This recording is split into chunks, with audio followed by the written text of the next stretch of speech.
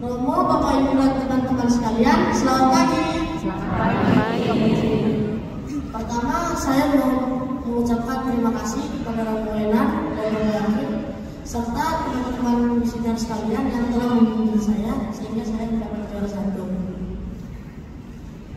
Kala nanti badai kan datang, angin akan buat kau goyang. Maafkan, hidup memang ingin kau lebih kuat. Jadi Romo, Bapak Ibu sekalian dan teman-teman terkasih, kalau dari lagu yang tadi saya jadi ingat nih, waktu itu pas saya ke Indomaret, saya ketemu sama bapak-bapak gelandangan yang gak punya tangan kiri. Awalnya saya pikir paling kerjanya minta-minta doang, ya nggak sih? Tapi ternyata setelah 2 bulan kemudian, saya tidak melihat bapak gelandangan tersebut duduk minta-minta di tempat biasanya. Awalnya saya pikir, apa dia minta-minta yang pindah tempat kali ya? Atau mungkin dia sedang sakit. Pas saya masuk ke dalam Indomaretnya, saya kaget. Ternyata bapak gelandangan yang saya cari berdiri tepat di depan meja kasir. Loh, kok bisa? Padahal kan seorang gelandangan menjadi kasir itu udah gak nyambung. Ternyata setelah saya cari tahu, bapak manajer Indomaret di tempat itu yang mengangkat bapak gelandangan tersebut menjadi seorang kasir di situ. Pertanyaannya, kok mau ya bapak manajer itu mengangkat seorang gelandangan menjadi kasir di Indomaretnya? Padahal kan kalau dipikir melatihnya aja udah susah, apalagi hidupnya bapak manajer ini belum tentu baik-baik saja kan. Tapi yang terpenting dan yang harus kita ketahui adalah bapak manajer ini masih mau menolong sesama di sekitarnya. Seperti pada tema hidup kita pada tahun ini, yaitu ziarah pengharapan. Waktu itu Bapak Kardinal Ignatius dia mengatakan, berziarah tidak hanya ke kota saja, tapi juga makin dengkul. Kenapa? Karena kalau kita hanya ke kota saja, kita akan jadi orang yang optimis. Sedangkan orang yang optimis itu, jika sesuatu yang dia inginkan tidak tercapai, ia akan menjadi orang yang pesimis. Sedangkan orang yang selalu menaruh pengharapan adalah orang yang senantiasa menggunakan dengkulnya untuk mau mendatangi, mau menjalin relasi yang baik, dan mau bersosialisasi terhadap siapa. Apalagi dengkul ini menunjukkan rasa rendah hati kita dengan mau berlutut dan berdoa. Bacaan Injil 2 minggu lalu, yaitu Yohanes 16 ayat 13 mengatakan, apabila ia datang, yaitu Roh kebenaran, ia akan membentuk engkau ke dalam seluruh kebenaran. Ia tidak akan berkata-kata dari dirinya sendiri, tetapi apapun yang ia dengar, ia akan menggunakan Allah.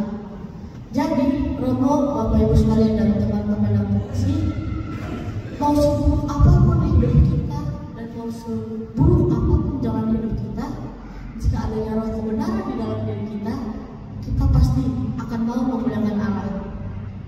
Contohnya nih, mama-mama dan tante-tante. Mama dan tante-tante seharian udah capek ngurus anak, masak, dan segala macam. Pas udah malam, udah tidur nyenyak, tiba-tiba tengah malam anak bangunin, "Mah, aku besok disuruh bawa sesuatu ke sekolah." Tapi karena ada yang kebenaran, mama-mama dan tante-tante mau gak mau memberikannya kan. Ada contoh lagi nih, contohnya misalnya Romo Wenan mimpi misi sore tapi ternyata sakit. Sedangkan Romo Yakin ini dari pagi sampai siang udah rapat nih misalnya, udah capek, nyampe pastoran ternyata harus ganti Romo Wenan. Tapi karena adanya Roh kebenaran,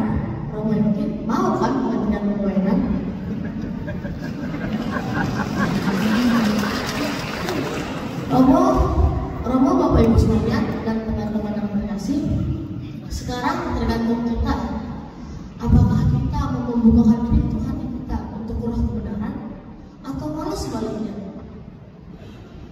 Romo Bapak Ibu sekalian dan teman-teman yang terkasih, marilah kita jangan hanya sekedar melihat dan memandang, tetapi melihat mereka yang tidak dipandang oleh orang lain juga. Marilah kita menjadi mata bagi orang yang berharapan, telinga bagi mereka yang tak didengar, dan tangan yang menyentuh luka mereka yang diabaikan. Marilah di sini kemudian kepada Bapa dan Putra dan Roh Kudus seperti pada permulaan sekarang dan selamanya.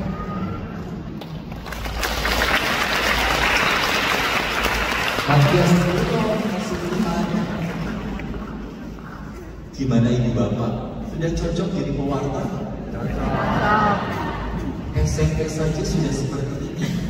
Waktu saya bayangin waktu saya SMP, berdiri di situ saja saya gemetar, Bapak ya. Maka bagi saya inilah pendidikan.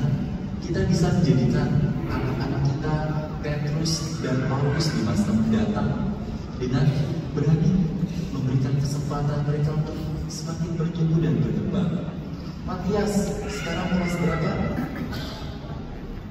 Kelas 7 SMP udah mulai Udah mau naik kelas 8. Terus latihannya berapa lama?